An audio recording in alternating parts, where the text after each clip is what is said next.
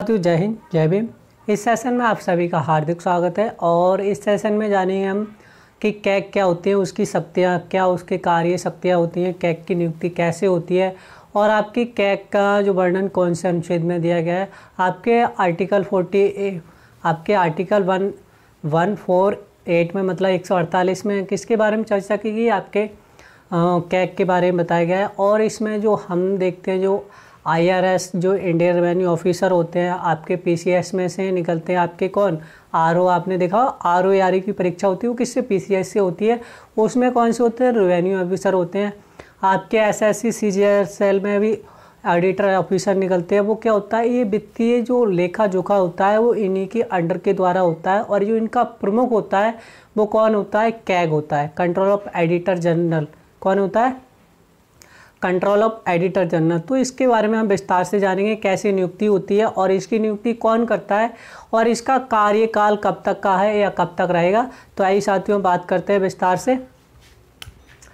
तो भारत का नियंत्रक एवं महालेखा परीक्षक कौन, भारत का महानियंत्रक एवं नियंत्रक मानी क्या होता है, नियंत्रण करके रखता है। क्योंकि जो हमारे जो RBI का काम क्या होता है, नोट छापना होता है। RBI का क्या काम होता है, नोट छापना होता है। और जो केंद्र और राज्य का लेखा जोखा किसके द्वारा होता है, वो कैग के द्वारा होता है, कैग। इसीलिए जो आपको जनरल शब्द दिया गया है ये क्या है, अपने आप में क्या एक पावरफुल है, क्या है अपने आप में क्या है, एक पावरफुल है, जर्नल है। जर्नल का मतलब समझते हैं, एक अलग ही फीलिंग आती है। कैग का वर्णन किसमें किया गया है, कैग आपके आर्टिकल 148 से लेकर 151 तक बताया गया है। कब से, आपके आर्टिकल 151 से लेकर आर्टिकल आपके 148 से लेकर आपके 151 तक किसके बारे में बताया गया है, कैग के बारे में बताया गया है। आर्टिकल 148 में बताया गया है कि भारत का क्या मतलब क्या होगा, भारत का महालेखा परीक्षक होगा या कैग होगा, कंट्रोल ऑफ एडिटर जनरल होगा, कंट्रोलर एंड एडिटर जनरल होगा। फिर आपकी कैग की नियुक्ति किसके द्वारा होती है, ये आपके किस में बताया गया है, 148 में बताया गया कि कैग की नियुक्ति किसके द्वारा होगी, तो PM की सलाह पर, मतलब प्रधानमंत्री की सलाह पर राष्ट्रपति कैग की नियुक्ति करता है। किसकी सलाह पर, PM की सलाह पर राष्ट्रपति कैग की नियुक्ति करता है। और जो इसका कार्यकाल होता है, जो टेन्योर होता है वो कै साल से होता है, 6 साल से लेकर 65 साल तक होता है। जिस साल से वह नियुक्त होता है उस साल से 6 साल तक रह सकता है या आपके 65 साल तक भी रह सकता है। और इसका जो त्यागपत्र किसके द्वारा, ये जो त्यागपत्र देता है वो किसे देता है, राष्ट्रपति को अपना त्यागपत्र दे सकता है किसी भी विशेष परिस्थिति में। और जो इसकी जो प्रक्रिया होती है, जो इसकी हटाने की प्रक्रिया होती है वो कैसी होती है, महाभियोग प्रक्रिया होती है। कैसी, महाभियोग के द्वारा इसे हटाया जाता है। आप देख सकते हैं कि ये व्यक्ति कितना पावरफुल होता है। एक राष्ट्रपति को किसके द्वारा हटाया जाता है, 2/3 बहुमत से। आप देखते हैं कि महाभियोग प्रक्रिया के द्वारा हटाया जाता है, यही तो होता है ना, किसके द्वारा, महाभियोग प्रक्रिया के द्वारा हटाया जाता है। वैसे ही आपको कैग को भी महाभियोग की प्रक्रिया के द्वारा हटाया जाता है। ये कोई साधारण व्यक्ति नहीं होता है। वेतन इसे किससे मिलता है, तो संचित निधि से मिलता है। किससे मिलता है, संचित निधि से मिलता है, संचित निधि से मिलता है। और उसमें संविधान में दे रखा है कि हाँ संविधान का वेतन इतना है, मालूम कितना है, 2.5 लाख था, अब वेतन बढ़ गया है। तो इसमें बताया गया है कि इसके वेतन में कोई भी कटौती नहीं की जाएगी, जितना वेतन लिखा हुआ है संविधान में उतना ही वेतन दिया जाएगा। हाँ जो वेतन बढ़ गया उसको बढ़ा के ही दिया जाएगा, ये नहीं कि नहीं 2.5 लाख लिखा है तो 2.5 लाख ही दिया जाएगा। और जो इसके और सुप्रीम कोर्ट के जज के बराबर होती है जो इसकी सैलरी होती है, उसकी संचित जो उसकी सैलरी होती है या इसका वेतन होता है किसके बराबर होता है, सुप्रीम कोर्ट के जज के बराबर होता है।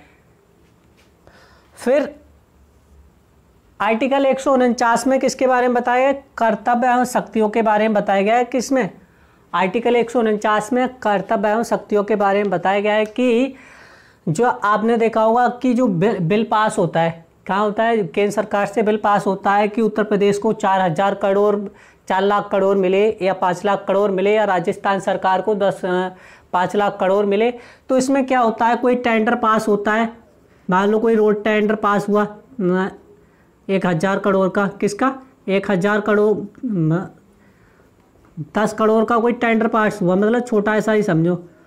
इसमें जो टेंडर लेता है उससे पूछा जाता है कि हाँ कि आपने 10,000 करोड़ का जो टेंडर लिया है उसमें आप दिखा सकते हैं कि हाँ जो सड़कें बनती हैं उसमें जो घोटाला होता है वो किसके द्वारा होता है, कैग के द्वारा घोटाला नहीं होता है। जब टेंडर दिया जाता है जो वहाँ पर मोटे मोटे जो बैठे हैं उनके द्वारा घोटाला किया जाता है। और उसी में जैसे कॉमन 2G स्पेक्ट्रम घोटाला, कॉमनवेल्थ में जो घोटाला हुआ था उसमें कि जो एक बहुत सारे ऐसे घोटाला हुए थे, तो ये किसके द्वारा होते हैं, कोई यहाँ कैग के द्वारा उसके द्वारा घोटाला नहीं होते, वो तो राज्य सरकार को दे दिया, राज्य सरकार जो काम कराती है उसके द्वारा कानूनी कार्रवाई होती है, तब पता चलता है कि इतना घोटाला इनके द्वारा किया गया है।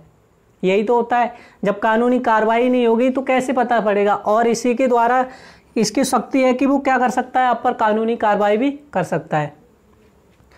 केंद्र और राज्य सरकार के आय व्यय का क्या करता है, लेखा जोखा करता है। और जितने भी इंडस्ट्रियल एरिया होते हैं, जो industrial area, central industrial area होते हैं, उनका आय व्यय का लेखा जोखा कौन करता है, कैग के द्वारा ही किया जाता है। फिर ये तो ज़्यादा कोई महत्वपूर्ण नहीं है 150, मगर हाँ इसमें क्या है, संघ और राज्य के लेखकों का क्या बताया गया है, प्रारूप बताया गया है। लेखाओं का क्या बताया गया है, प्रारूप बताया गया है। आपने देखा होगा कि कैग सबसे ऊपर क्या होता है, कैग होता है।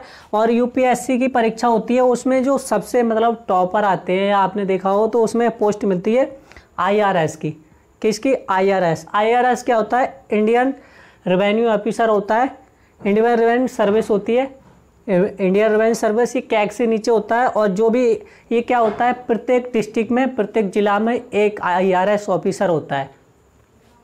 ये क्या करता है, जितने भी जो हमारे जो जिला की होता है उसके क्या करता है, देख रेख करता है। जैसे उत्तर प्रदेश में कितने हैं, 75 जिला हैं, कितने हैं, उत्तर प्रदेश में 75 जिला हैं, तो 75 जिलों में भी क्या होता है, एक IRS ऑफिसर होता है।